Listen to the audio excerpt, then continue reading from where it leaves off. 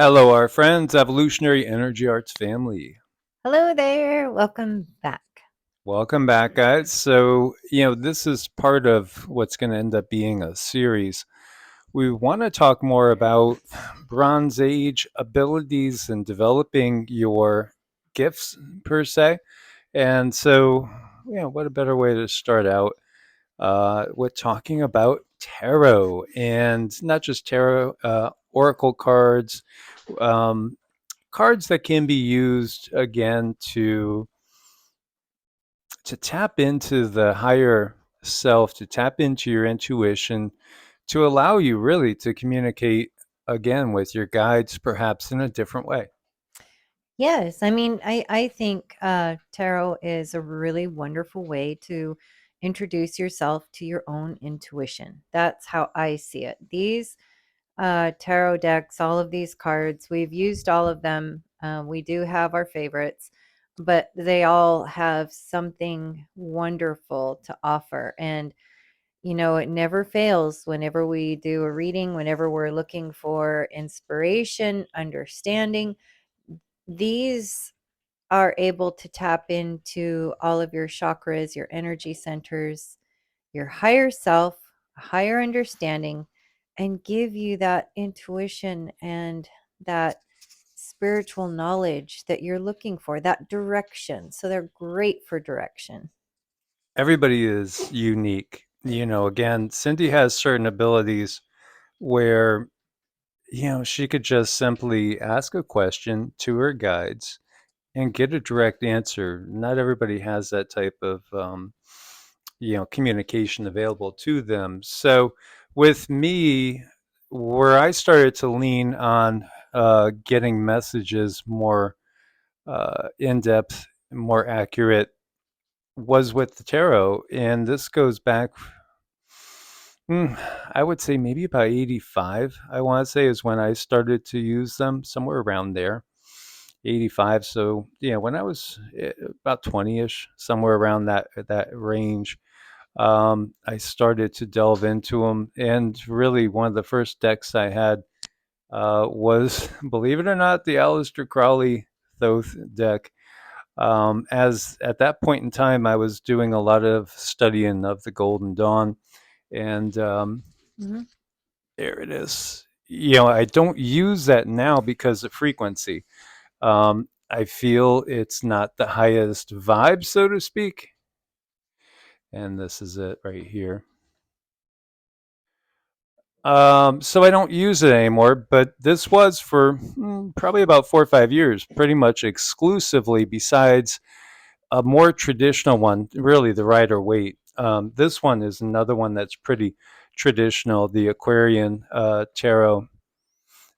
Again, when you talk about a full tarot deck, it's like this one, 78 cards.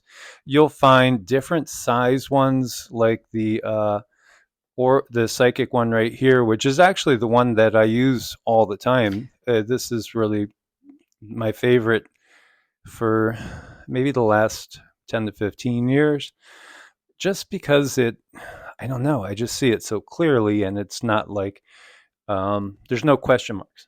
Yeah, I was going to comment because I think I can hear someone saying, "What's the difference between a traditional tarot and oracle decks?" Yeah, there is a difference. I mean, traditionally, if I'm remembering right, and I probably should have done the research, I want to say, I know it has a certain number of cards. And really, when you first get down to it, the first tarot decks were really just simply full card Real decks, just cards, actual right? cards. Which again, just like everybody knows, aces through kings and queens and jacks and tens, and again, all the numbers of the four different suits. Now, you'll find different oracle sets, like this Isis one, for instance. That one has fewer cards. The Earth Oracle ones, I think you were resonating with Mm-hmm. those quite a bit. Um, I didn't get as much clarity, because each one of us is different. That's the bottom line. We're all different, and no one size fits all. So, I mean, that's fine. It's perfectly fine. Like this one here, the gods and goddesses. Mantras, Blessings, and Meditations. I love this deck. I use it for specific um, questions, and this one's only 52 cards. So each one of them is very different in their frequencies. And one thing that I do often too, when I'm not asking specific questions, this one, the Akashic Tarot over here, this is 62 cards. Now, that's a nice deck. It feels pretty clear. And what's clear to me might not be clear to you. And, again, what's clear to Cindy is not necessarily clear to me. No, that Akashic Tarot deck, that was the one that I was using very shortly before Mike and I got together, and I have a really interesting story about that one. I kept getting the same card, and I've heard of this happening to other people too. I was getting the Oracle Adelphi card, and I got it like 6 times in a row, day after day after day after day, and it just really kind of set me back. I'm like, wow, what is going on Well, with I mean, this? that's more than obvious to me To because Mike it was, but for me it you wasn't. are my Oracle at Delphi. But I am his oracle now because I hear the guides and I translate the information to him, and then he translates it from there. So it works. And I love that card. It's just a beautiful card, card deck, and they all have their own little personality. And then there's the other question people say, well, don't you have to be gifted a deck? And the answer is nope, nope. Have fun, go out there, go shopping. If someone does gift you a deck and you do like it, I think that does add something to it, but you don't have to stick to those hardcore core rules. I think you just need to do what makes you feel good. Yeah.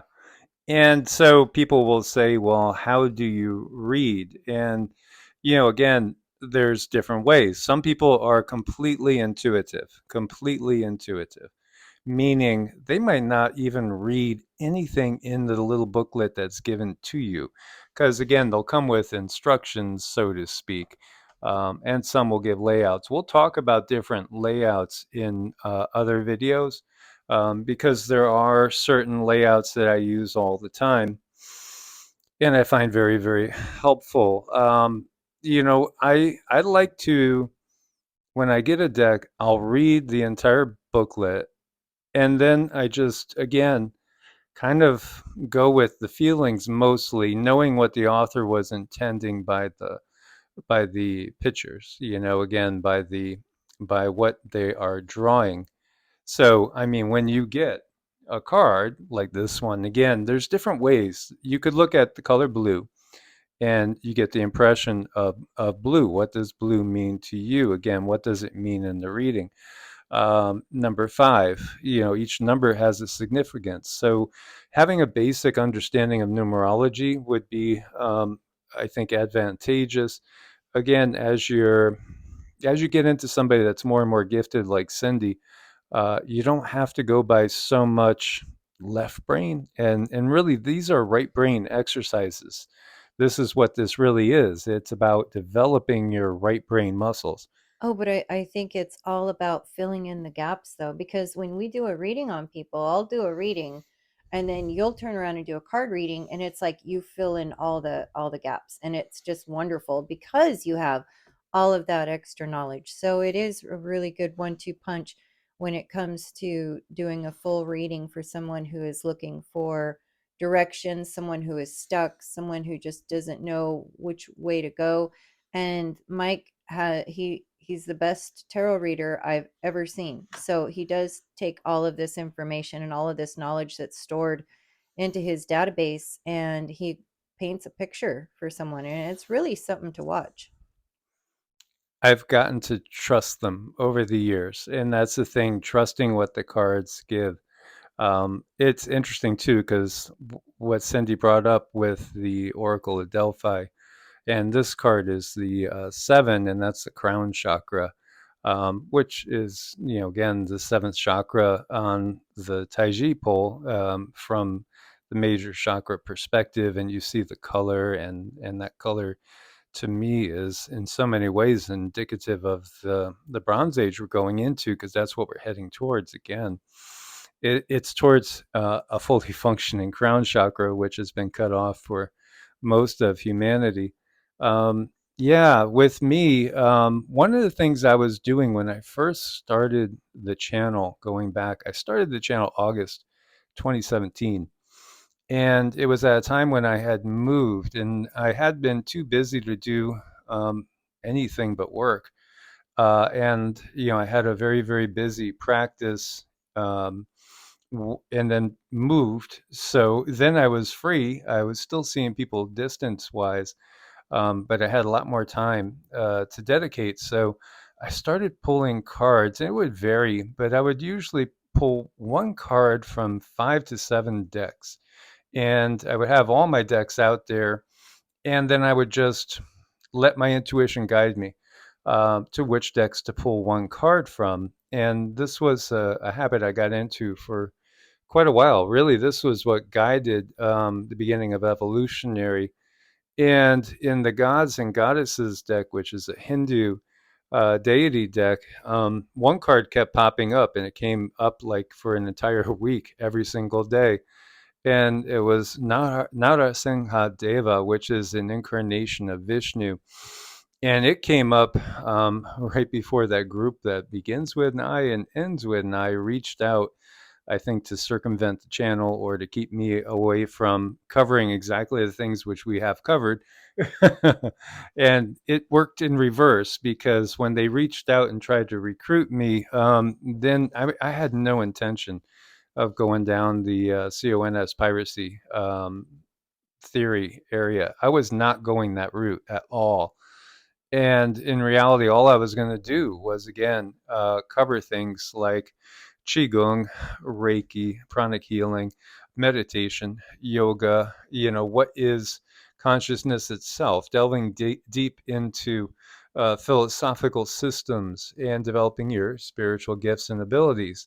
So it was curious that, again, they reached out to me and they went down the path they didn't want me to go by reaching out to me. So in some ways, that was absolutely the workings of higher self. And yet, that Simha Deva card was warning me of danger. And it was also telling me that you are protected, don't worry. But it was definitely a warning, because it came up every day, and I took really good note of it. And then I've shared this story about, I was living in Sarasota, Florida. The house was directly across from a church and a park. And somebody, after I told them no, not interested, I want to say that was a Thursday, they reached out on a Wednesday, gave me overnight to sleep on it, and I said, nope, not interested. Then on Friday, somebody drove a car through the fence of the park, did donuts, and came straight for um, the room that I was doing my work in. And I was sitting basically in a converted garage right at the window.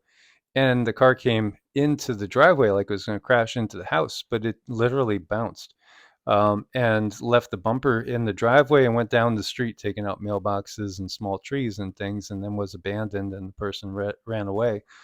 I think, that card was telling me that, you are in danger, but don't worry, we have you. And so, what are the chances of a dozen decks, and picking 5 decks, and picking one card from 5 decks, and having that card come up for a full week? Hmm. It's like Hmm. an impossibility. So at that point, and now I realize, to me too, I'm not 100% sure if the guides literally uh, unmanifest and manifest the cards. Meaning, like, if I was going to cut, um, a 7 of spades, but I need to cut a 7 of diamonds, it's going to change into a 7 of diamonds. I mean, I start to wonder that, honestly, Hmm. because of the way things come out. Because they're so accurate, because the readings are so extremely accurate in accordance to the situation that's going on in the field. So, I mean, yeah, you need that connection with the crown chakra. But when we work with people, we take that little extra step and you connect to the eighth chakra, which actually connects to the field, which connects to everything else. So when we do these readings, we are connected to a very large amount of energy, and we get the things that someone needs. So I find it fascinating. It's really good if you need inspiration. If you're stuck, you get your tarot cards out and you don't know what to do. You can do a simple 3 card read and see what comes up from that. You can do a simple yes or no read. There's a lot you can do with them, but I like them because it starts to exercise your intuition, and ultimately, you grow from there. I think the hardest part about tarot is picking a deck and sticking with it and learning it inside and out, and learning, you can learn what the cards mean by the book, but I think it's most important to learn what the cards mean to you, and there's a method to that. They will go over in, instructional videos and stuff. And everybody, again, you're unique, so don't think that you have to do it a certain way. Um, Really, what they're here for is to kind of shift your mind into a different mode. You may see the book that's laying down there, Healing Archetypes and Symbols. It's by Stuart Swerdlow. Yeah, when you delve deep into really what are they doing, they're representing energies, they're representing archetypal forces in so many ways.